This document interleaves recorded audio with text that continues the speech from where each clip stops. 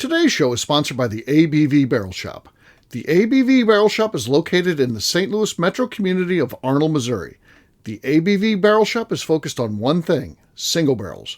Best of all, you can try before you buy. Head over to abvbarrelshop.com to sign up for their email and text distribution so you know what they have in stock, what classes are coming up, and who from the industry may be coming in to visit. The ABV Barrel Shop. It's where single barrels live. We're also sponsored by the Bar to Go. The Bar to Go offers traveling minibars that are no bigger than a small purse or toiletry bag. Best of all, they are fully customizable so you can create the perfect piece that is unique for you. If you own your own business, what a fun and unique way to promote what you do. Check them out online at thebartogo.com. That is the number 2 in the Bar to Go. If you have wholesale questions, call my friend Isabel Clark at 504-481-1297. Finally, we are sponsored by the Neely Family Distillery. NFD is a family-owned business that keeps ringing up awards in the spirits world.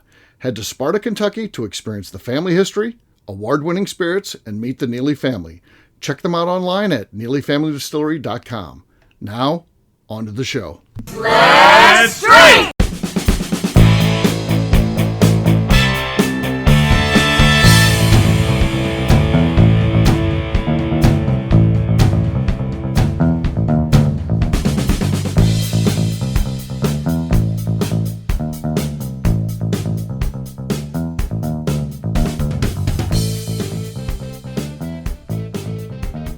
Welcome to the Bourbon Daily, the podcast about everything bourbon delivered to you every day of the week. Today on the show, we talk about Buffalo Trace's pop-up bar in Paris. My name is McNew. Please join me in welcoming my co-host, Steve Akeley, along with our special guest, Katie von Nieters and Darren McRoy. Hey, gang, what's up? Hey, guys. Bonjour. Hey, so yeah, we're going to be talking about this concept today. Buffalo Trace has opened up a pop-up bar in Paris. We'll talk about what we think about that. We're going to get to that after the break, though. For right now, Von Nieters said there's something he wanted to talk about. What is that, sir? So, did you guys know that Redbox is no longer going to be a thing anymore? What? I'm still surprised when I see them. I think our Walgreens has one outside of it. And I'm just like, who the fuck is still renting DVDs from a Redbox? Like, who is using this? Who drives there, gets a DVD that you have to put into a device in your home when it's a movie I could sit on the couch and stream? Who is doing this? Why is it still? I feel like Redboxes and Dollar Generals kind of go hand in hand for like small towns with lower income brackets, but also lower internet. Like out where I live, internet is not guaranteed. We have many places in our county that you don't have cell service and there is no internet there, so you can't stream. Yeah. And so you have a DVD player, like who still I don't have one anymore because I can stream now, but so you can still like put DVDs in gaming consoles. Anybody that has a gaming console can still. I say most people that I know have their gaming console they use then. There's a lot of places we have that if you want to watch anything on your TV, they have to get like satellite and because they don't have internet and they'd use a DVD player. So it is used in rural areas still. Okay, maybe that makes sense because like I'm not as rural as I used to be, but I'm just kind of like, oh yeah, you're city now. Yeah. I'm in the suburbs. Kinda. No, when I think McNew, I think rural as can be. Interesting. No, I just think of an engine that can't start when you think of McNew. Got it. Person, I have a ton of DVDs just because like that was a thing. Like we're like older millennials. We just had DVDs and like Blu-rays because that was a thing. But like we don't even have a player for these things anymore. It's probably one of the gaming systems. I still have one. But no, even if the DVD I have, I will still stream it, even if I have to pay for it. Really? I will. See, we've still got the DVD player that holds like 300, and it's still just set up. It's not bothering anybody, and it's nice to if you're like at Christmas, you just want the Christmas movies. They're all just right there. Boom. Yes. But you have to remember what number they are. Well, we have a little page printed out. Okay. It's somewhat accurate too. It's somewhat accurate. Yeah, it's the guide. You change it like that, like where you just like hit a remote and it like spins and it picks the one. Yeah. I didn't know that existed for DVDs. Yeah. The most I Or ever if we had want to was watch The 5 Sopranos, feature. I never had one that high, but yeah, that could be that's, useful. I could do that. that's kind of nice. You got your library there, and then you got your. See, I like Quentin Tarantino, so I have all my Quentin Tarantino movies with all the DVD extras, which are, if you're really into it, yeah, that's nice to have. Exclusive. Well, here's what you need to do, Steve, is you need to go clear out all the red boxes and you'll stock up on even more movies Yeah. because they won't need them back.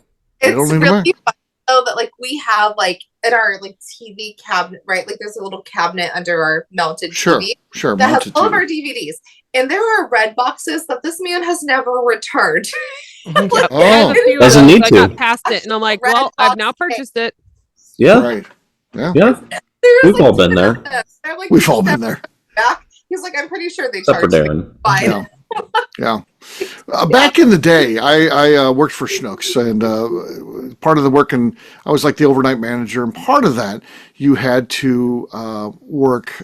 They had like a DVD counter as part of it, because I was working up in the service counter area, and the one side of it was back in the tapes. This was the Be Kind Rewind days, and they would charge you for those if you're like.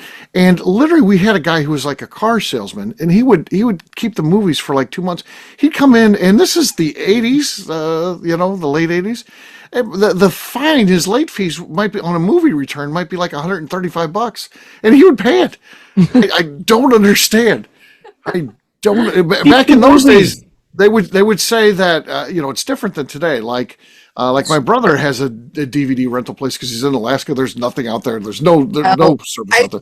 Streaming is hard. You got to still rent some Right. shit. So he comes down here and he buys like DVDs, and then he rents them out of his place that he has. He has this That's gas amazing. station. I love Oh, that so much. That's cool.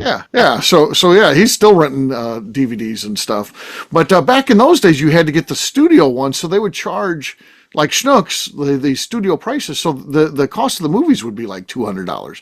So your fee would be you could only use because the you're using it studio for a copies. commercial purpose.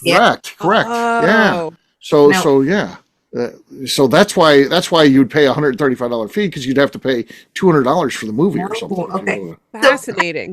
I do miss video stores though, right? It's like we had Blockbuster and we had like little small town like video stores. It was like a video and scanning place was a thing. Uh-huh. But Darren like, has no idea what we're talking about. No, I do. I just think we have evolved. Like we've gotten better as humans. We don't need all this. Well, we still have It was scotch so around. exciting. I mean, yeah. No, We- Walk into the store and walk through the aisles instead It of was- like clicking on a remote. Special. right? It is so much more satisfying. Go behind the curtain. Yeah, you go to the naughty area behind the curtain. Oh, McNew like that. Oh, yeah. Oh, as soon as I talk about written porn, there's McNew gives the thumbs up on Zoom. Yeah, we know what she misses about the video stores. I Boy. was wondering, Bob, I don't know. No, Oh, it yeah, that was an accident. That was an accident. It was an accident, but it was an event to like go to the video store to be like, okay, we're picking our movies for the night. You get 2 or 3, right? Like, because we're going to start watching them at 8. You're going to go like late to like 2 a.m., right? So Right. you take like a comedy, a horror, like, or maybe a romantic movie. Like, you got all different genres. And then, like, we didn't buy snacks there. We went to Walmart to buy snacks because they were cheaper.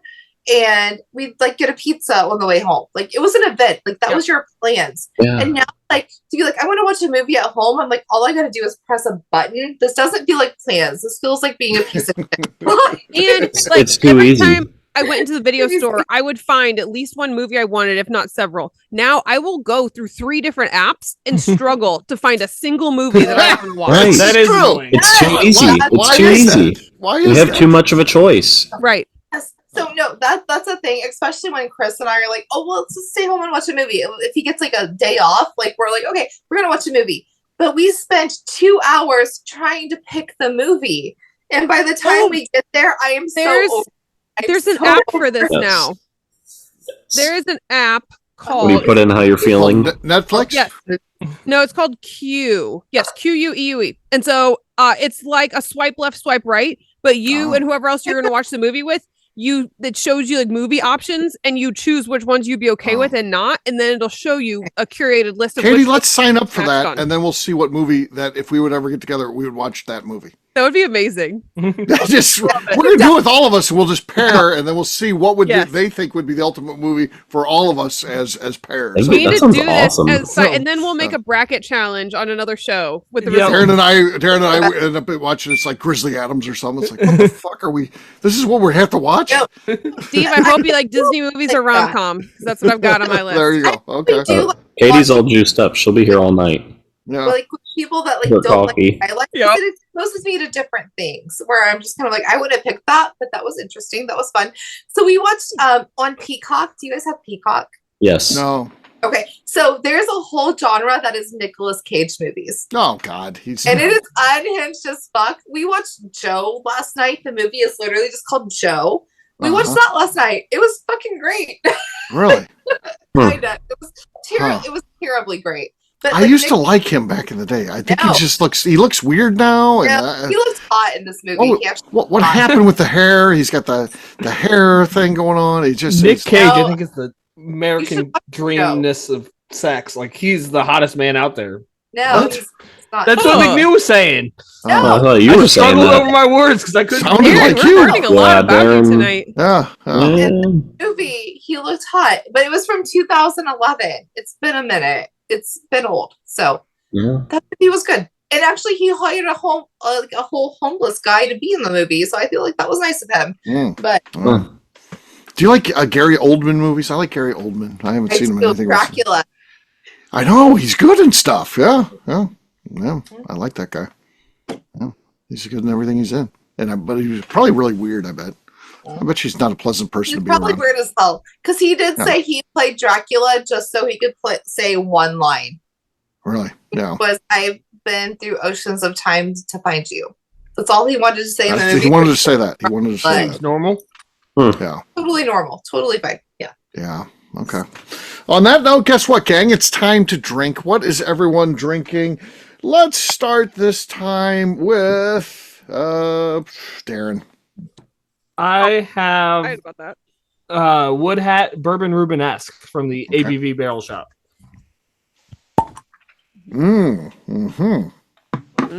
Solid. Yeah. That pop was a bit shallow and pedantic. All right, Katie, can you get a non-shallow, non-pedantic one? We're gonna see. I've got Weller 107. Okay. Now Darren has the lead. Okay. I've got Planters here. This is the tribute to Jim one, the one we know as Grandpa's truck. Yeah, very excited. Amazing. Yep. Oh, That was probably the best Planters cork pop ever. Oh, that was a cork Only drop, one I've ever folks. heard. Yes, yeah. Wow. That's the lead. McNew, can you beat that? So I you absolutely and Bonnier can't. just go grab a screw top. I have some Davies County. I really should have went a screw top, but I'm going Davies County. No, She talked over her own. Over her own. Yeah, it's just like I'm not even going to win. I'm just going to talk over. I her. already knew I wasn't winning. Yeah, Let me talk Von through it. Nieters, what do you got? We're talking about Buffalo Trace. I have a single barrel Buffalo Trace. SEMO pick number 2. Okay, that was solid. Not good enough though. Not explosive like mine. Not explosive. So I win. Cheers, gang. Cheers. Cheers. Jim for that pick also. Yes, thanks. Yep. Yeah, Jim. The barrel Jim wanted. So yeah, crazy. Demetrius, I finally had to relinquish it, and yeah, man, it is so good. It was so good. So we, Darren and I, as we record this, we'll be selling the last of it tomorrow. There'll be one last event, and yeah, people are going to be, there's going to be all kinds of shenanigans because a couple people said they're not going to be there, and people are going to see there's a couple extra bottles. They're already accounted for, but they'll be like, I want to buy that one. Or I know that there's a couple people that aren't buying their Max, and they'll be like, I want that. I'll take theirs. Steve, can I just send you money right now and get one? See, there's shenanigans right That's there. what's happening all day tomorrow. Yes, that's exactly our world right there. That's a preview of our world right there. Yeah. So there you Don't go. sell my bottle. Yeah. Do you have one reserved for tomorrow? I should. Are you? Well, not for tomorrow, but I have one that I already bought. Yeah. Oh, you already bought. Oh, we're Yeah. going to sell that to McNew. We're going to sell that. Okay. I wouldn't do Because that. when you can double sell something, that's when you make the money. That's when you really make the money. We'll just charge twice for it, and I'll Double split sell with it. Yeah, double self. So there you go. I have one thanks to the kindness of our bourbon crew. Yeah, exactly. So there you go. All right, we'll take a quick break. And then when we come back, we'll be talking about Buffalo Trace and their new pop-up bar in Paris. We'll do that in just a few.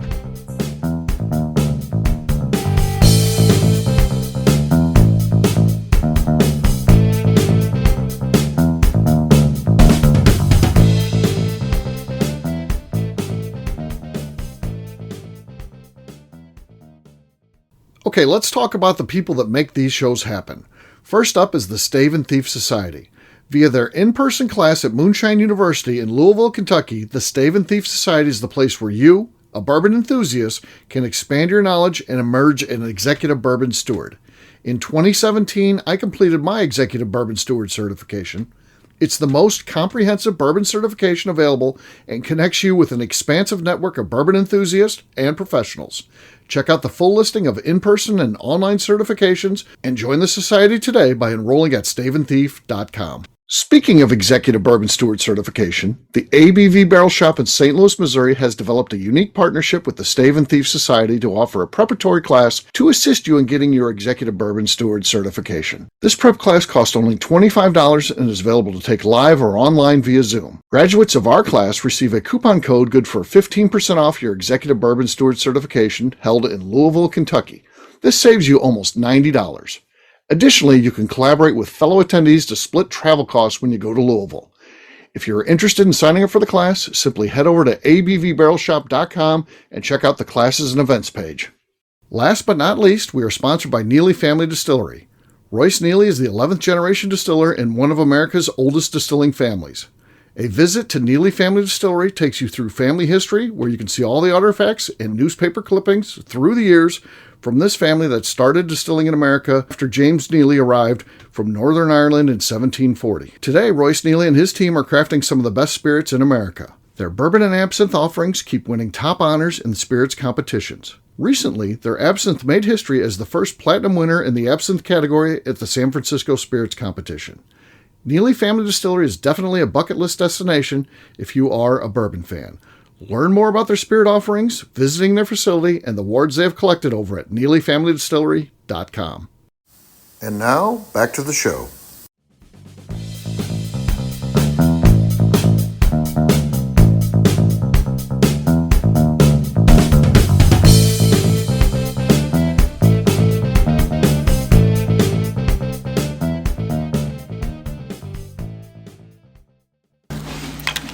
Practice session. Here we go.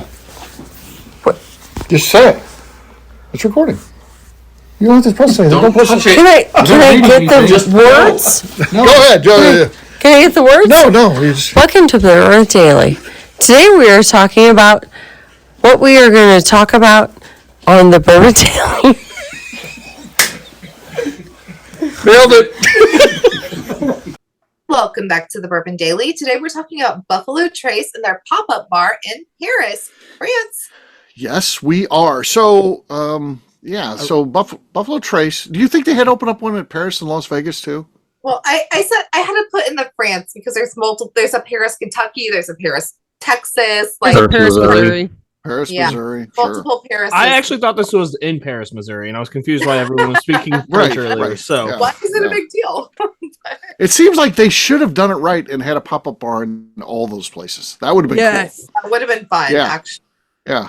So you do like a Springfield pop-up bar, and you put it in every single Springfield, and you make it this whole Yes. big thing.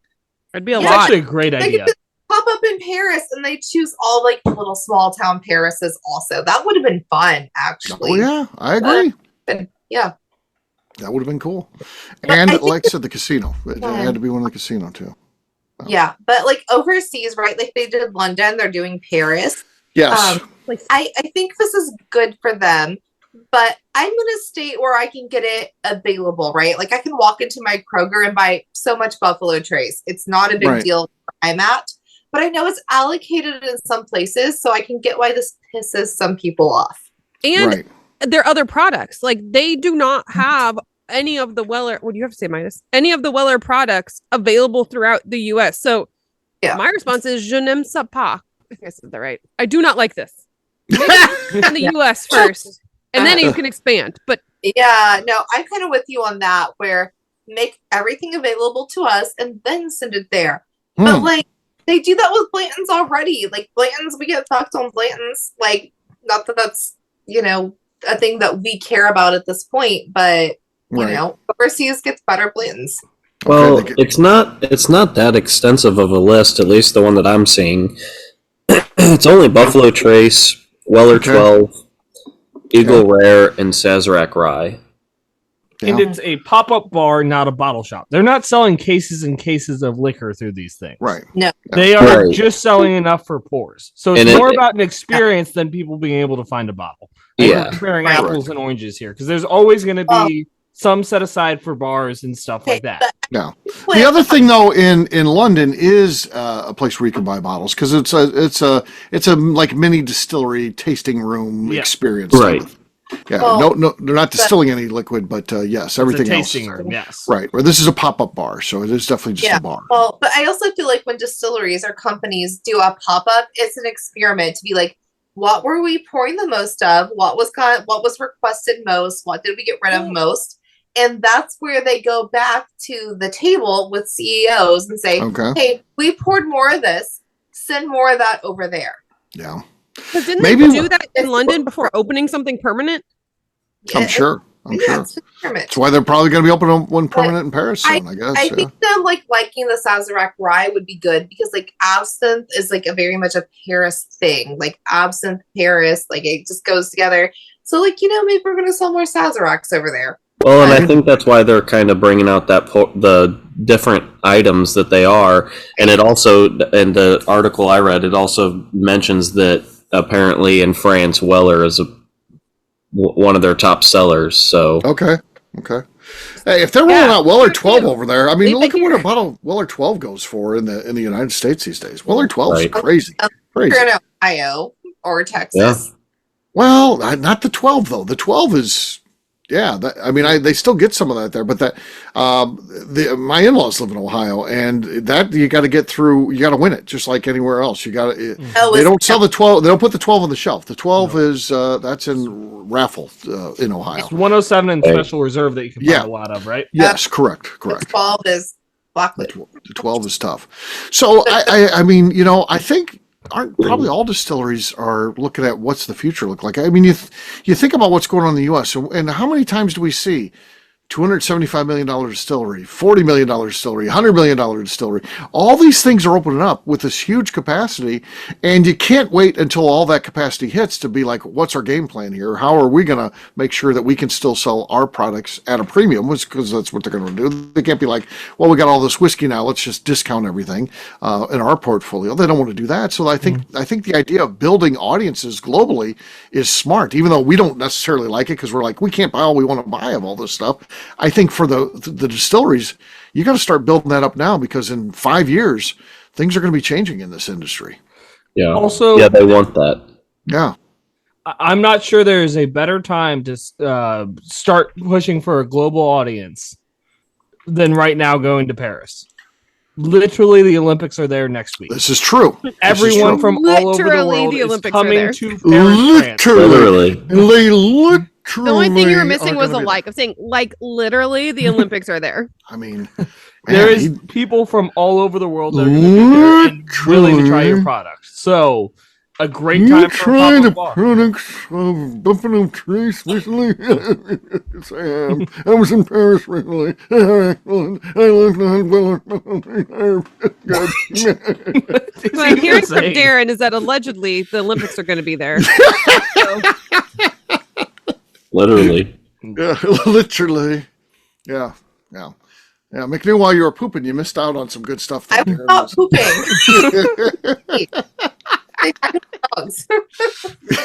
She heard us talk and she pinched it off real quick. Oh my god. I didn't even put the poop photo. It was back there. Yeah. So yes, I think that I think it's just a good idea all around. And finding new bourbon fans, I think is cool. Paris is probably a place. Pop-up bar is great, because pop-up bar can you're putting it up for it's temporary going in, so it's okay. They can fold up shop if it's not working. They can fold up shop whenever, and be like, oh, that was the run, that was the duration we wanted to be there. Or if it's super popular, just extend the run, and or you open up something permanent there. I'm still pissed about it though. Did you see too that they're having the special? It's not just Weller 12; it's Weller 12 like gold or something like that. Doing. The millennial thing, or millennium or whatever it is. Like, you already have enough hype. Just make it more available here. Stop creating more hype. You don't. The Olympics are literally there. Yeah. Yeah, I think it's fine. So do an Olympic released Paris themed in the with US. gold around the outside. Yeah. The gold medal. Gold. Yeah. There's already like gold in the label and the cap. So that's true. Yeah. That's true. Yeah. That's nice. Sounds like they know what they're doing. Off gold. Yeah. So. Yeah, it's not a non-gold. Yeah. So Katie's against it. Is anybody else against this idea of Buffalo Trace? Well, I'm for it. No. I'm for it. Yeah. I like it. Darren? I'm 100% for it. First off, anything that they're pouring, I'm not looking for on a daily basis. I'm past that point in my bourbon journey. Okay. And so I'm not one of the ones that's upset that I can't get it.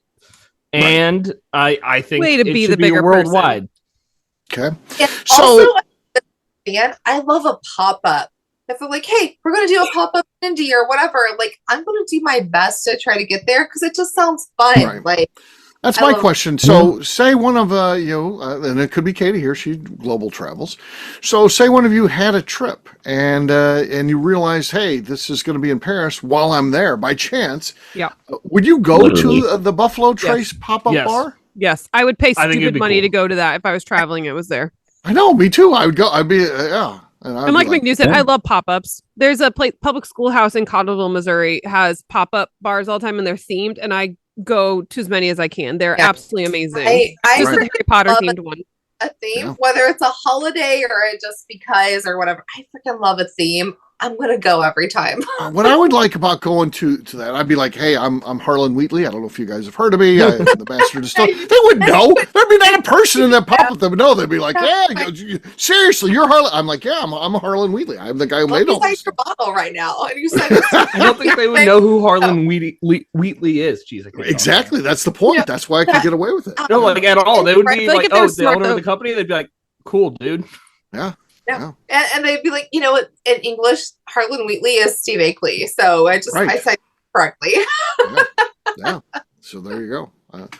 That would be fun. So yeah, I just think it's a cool idea, and I would definitely go over there. And, I'm having some fun there, but I would definitely go and I would hang out and talk to people. I'd want to find out, are they like bourbon fans, or what? Are they curious about it?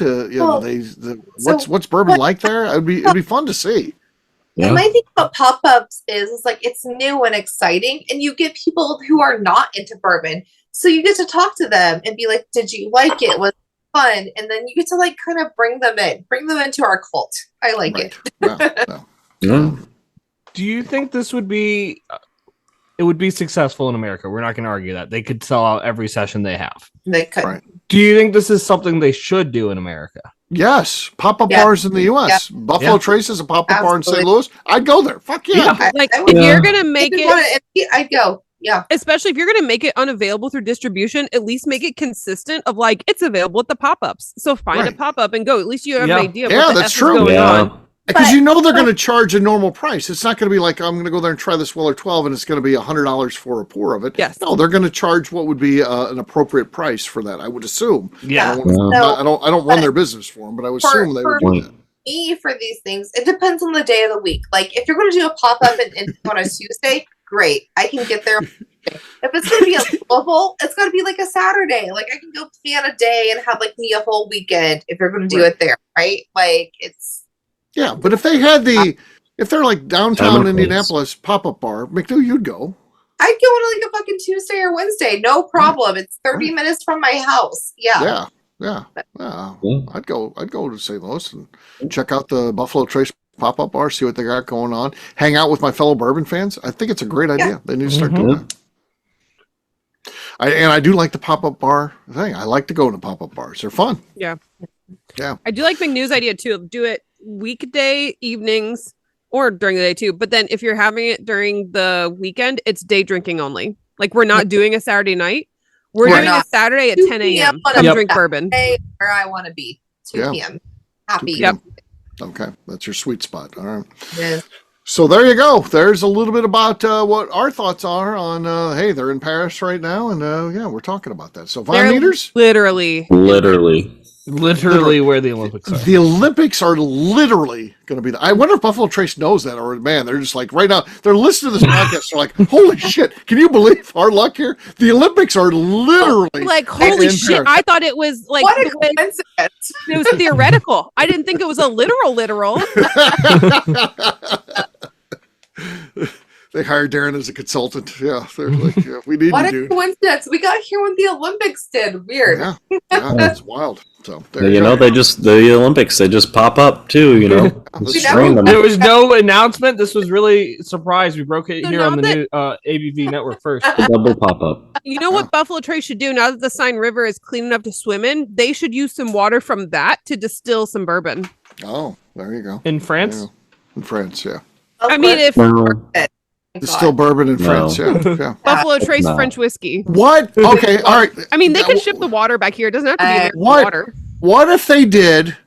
What's it called when you have the America has the consulate thing or whatever? That's considered American soil, right? What could you make bourbon at like the American consulate? Get a small still and be like. You put the still on. You could. I think that's technically considered in American soil. America. I think it has to be a U.S. territory.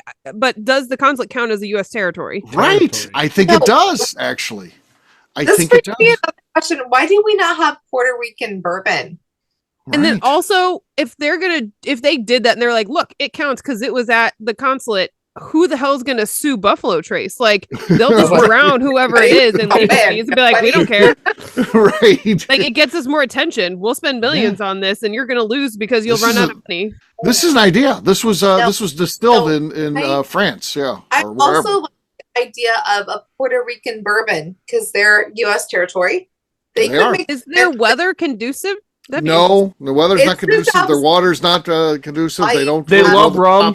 They don't have the crops to So McNew would love a real shit bourbon, please. Yeah, it would be bad, I would think. You'd really have to. It would be expensive to do it right. I still want it just so it exists. I think it should exist. I think it needs to exist. She wants it to literally exist. It's in a Jaguar bottle, and I want it. I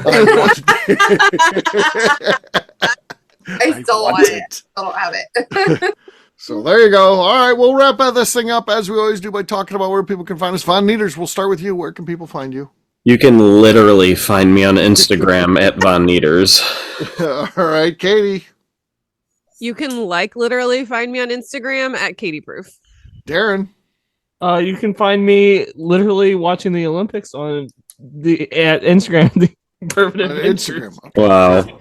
Sure, that's a great plug right there. That's a great plug. Yep. All right, McNew. I am on Instagram at McNew ABV. All right, for me, easy got to find at Steve Akeley, Twitter, Instagram, or Facebook. I've got a website, steveakeley.com. We also got a company website, abvnetwork.com. Also, we have a store. Whoa, check out that. Literally in St. Louis. Literally, we have a store, ABV Barrel Shop. Literally Arnold, but yeah. Yeah. Well, that's a St. Louis suburb, so check it out. It is definitely that. So please do. We had a guy come in. He was literally from Chicago, and his wife was taking him to his favorite places in St. Louis for his birthday. Now, these are places that he had read about. They hadn't done a St. Louis vacation, so it was kind of cool. First stop, ABV Barrel Shop. How about that? He follows us on YouTube. Nice. Yeah, so that's kind of cool. I was just in the other day. He got to buy a couple bottles, kicking off his birthday weekend. So yeah, pretty cool. All right, McNew, anything else to say before we get out of here? I'd like to remind the audience to please give us a 5-star review. That includes comments. It helps new people find the show, which is very important to us. And if you like what we're doing, we ask that you please visit our Patreon page at patreon.com/the ABV Network. Great job today, gang. Farnients, we'll have a brand new show for you tomorrow. Looking forward to that. Until then, take care, everybody. See ya. Literally, bye.